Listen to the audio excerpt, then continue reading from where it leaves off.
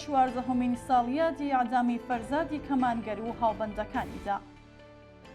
ئەمڕۆ چوارشەممە 19 مانگی گوڵان هاوکاتە لەگەڵ چوارزەهەمین ساڵیادی ئەعدامی جنایەتکارانەی فەرزاد کەمانگەر و هاوبەندیەکانی، واتە شیرین عەلەمهۆلی، فەرهاد وەکیلی، عەلی حەیدەریان و مەهدی ئیسلامیان. ڕۆژی 23 مانگی گوڵانیش ساڵیادی مانگرتنی گشتی خەڵکی کوردستانە لە وەڵامدانەوە بەم جنایەتە. ئیعدامی دژی ئینسانی پێنجلاوی تێکۆشەر کە تا ئاخرین ساتەکانی ژیانیان لە سەنگەری تێکۆشان دژ بە ڕەژیمی ئیسلامی خۆڕاگریان کرد، کردەوەی بە ملیۆن ئینسان کە بە مانگرتنێکی گشتی لە سەرتاسەری کوردستانی بە دوای داهات. ئیعدامی ئەم خەباتکارانە لە بارودۆخێکدا بەڕێوە چووکە شەپۆلێک لە ناڕزایەتی لە ئاستی ئێران و جیهان دژ بە دەرکردنی حکمی ئیعدامەکەیان کەوتبووە ڕێ. ئەگەرچی کۆماری ئیسلامی وەڵامی ئەو ناڕزایەتیانەی نەدایەوە، بەڵام هەر لە ڕۆژی ئیعدامیەوانەوە هەستی بە تووڕەیی خەڵکی کوردستان دەکرد و لە کاردانەوەی خەڵک ترسا بوو. هەر بۆیە تەرمی گیانبەختکردوانی هەرگیز نەدایەوە بە بنەمەڵەکانیان. 4 ڕۆژ پاش ئەم ئیعدامانە بوو کە مانگرتنی گشتی خەڵکی کوردستان لە ناڕزایەتی بەم جنایەتەدا شکڵی کرد. ڕژیم بە خەیاڵی خاوی خۆی لای وا بوو کە بە ئیعدامی 5 خەباتکاری سیاسی کەشوهەوای ترس و تۆخاندەر زیاتر پەرەپێو دەدات و خەڵکی کوردستان ترسا و بێدەنگ دەبن. بەڵام مانگرتنی گشتی ڕۆژی 23 گوڵان وەڵامی خەڵکی کوردستان بەو خەیاڵە خاوەی سەرانی ڕژیم بوو. بانگەوازی کۆمەڵە بۆ مانگرتنی گشتی لەم ڕۆژەدا لەگەڵ پشتیوانی و هاوڕێتی حەزب و هێزە سیاسیەکانی کوردستان و لەگەڵ پێشوازی بەرینی هێزە چەپ و کۆمۆنیستەکان لە ئێران بەرەوڕوو بوو. لەم ڕۆژەدا کوردستانی یەک پارچە تەعتیل کرا. کرێکەرانی کارگەکان و ناوەندەکانی بەرهەمهێنان و خزمەتگوزاریمانیان گرت. کاسبکار و بازاڕیەکان دوکانەکانیان داخست. کارمەندانی ئێدارە دەوڵەتی و خصوصیەکان نەچوونە سەرکارەکانیان. خوێندکاران، مەعەلیمان و مامۆستایانی زانکۆ کلاسەکانی دەرسیان تەعتیل کرد. بەم جۆرە هاوپشتێکی گشتی لە ناڕزایەتی بە کوشتنی بەندکراوانی سیاسی شکڵی گرت.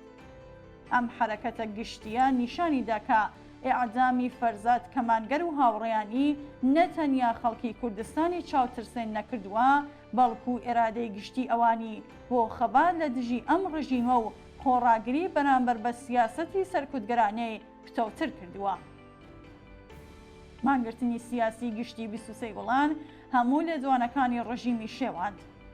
کوشتنی پێنجلاوی بەندکراوی سیاسی نەتەنیا نەیتوانی خەڵکی کوردستان بترسێنێ، بەڵکو ئاگری تووڕەی ئەوانی زیاتر گەشاندەوە. خەڵکی کوردستان دەیانزانی کە ئەگەر ڕێگایەک بۆ ڕزگارکردنی گیانی باقی ئازیزانی بەندکراویان هەبێت، لەم مەسیرەوە تێپەڕ دەبێت.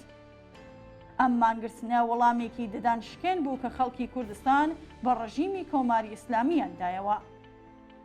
ئەم حرەکەتە بەرین و لێبڕاوانە و بەجێیە بە ڕژیمی نیشاندا کە ئەگەر کاردانەوەی خەڵک بەکەم دانێ، تووشی چه هەڵەیەکی گەورە دەبێت لە لێدوانەکانیدا.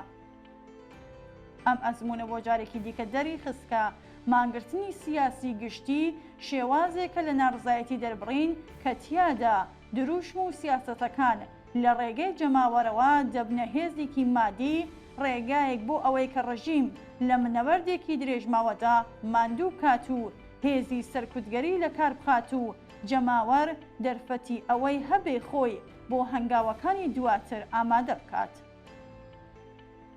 خەڵکی کوردستان بە بەکارهێنانی تاکتیکی مانگرتنی گشتی ئیمکانی جموجۆڵیان لە هێزە سەرکوتگەرەکانی دوژمن زەوت کرد و ڕێگای پوچەڵکردنەوە و ناکارامەکردنی سەرکوتگەری ئەم هێزەیان بە خەڵکی ئازادی خوازی ئێرانیش نیشاندا.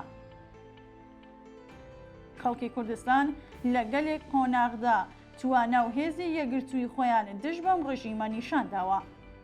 لە وتنی نایەکی بەهێز بە ڕێفراندۆمی پێکهێنانی کۆماری ئیسلامی لە بەهاری 1358 تا کۆچی مێژووی خەڵکی مەریوان و ڕێپێوانی خەڵکی باقی شارەکان بۆ پشتیوانی لەوان و مانگرتنە شکۆدارە سیاسیە گشتیەکان هەر لەم ساڵەدا لە زمرێ ئەو دژەکردەوە و پۆتانسیێلانە بوون کە خەڵکی کوردستان لە بەرامبەر زۆرەملێ و ملهۆڕی ڕژیمدا لە خۆیان نیشانیان داوە.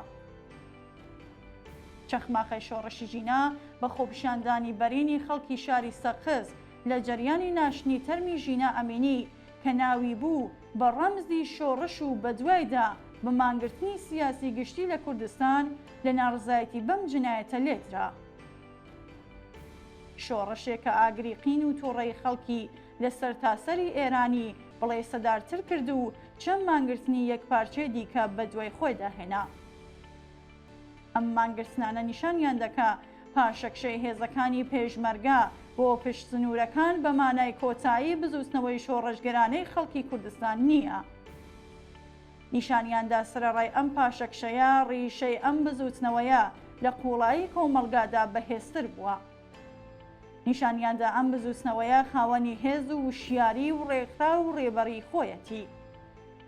نیشانیاندا کە جەماوەری خەڵکی ستەملێکراوی کوردستان سرەڕای هەژاری و برسیەتی و دەستکورتی ئامادەن بە دڵ ئاواڵەیەوە لە پێناو سەرکەوتن بەسەر کۆماری ئیسلامیدا لە بژێ و ژیانی خۆیان هەزینە بکەن. نیشانیاندا کە کۆمەڵگای کوردستان کۆمەڵگایەکی سیاسیە و توانایی بە حزبیبوونی لەسەرەوەیە. نیشانیاندا کە مانگرتنی سەرتاسەری جەماوەری دەکرێ وەک ئەزمونێکی خەباتکارانەی سەرکەوتوو لە سەرتاسەری ئێرانیش بەکار بێت کە تیادا هێزە سەرکوتگەرەکانی ڕژیم لە بەرامبەر ئێرادەی گشتی جەماوەری خەڵکدا داما و بێتوانە دەبن و کارێکیان بۆ ناکرێ. بەڵام ئەگەر ئەم ئەزمونانە ڕێنوێنی خەڵکی کوردستان دەبن لە ڕوودا و گۆڕانکاریەکانی داهاتوودا بۆ کۆمەڵەش مەیدانی ئەزمون و تاقیکردنەوەن تا خاڵە بەهێزەکانی خۆی وەک ڕەوتێکی ڕادیکاڵ و سۆسیالیست کە خاوەنی پێگەی کۆمەڵایەتیە بناسێنێت و کەم و کۆڕیەکان و خاڵە لاوازەکانی خۆی لەم بوارەدا بڕەوێنێ و بەردەوام لە دڵی ڕووداوەکاندا بێت و ئاراستەی گونجاویان پێ بدات.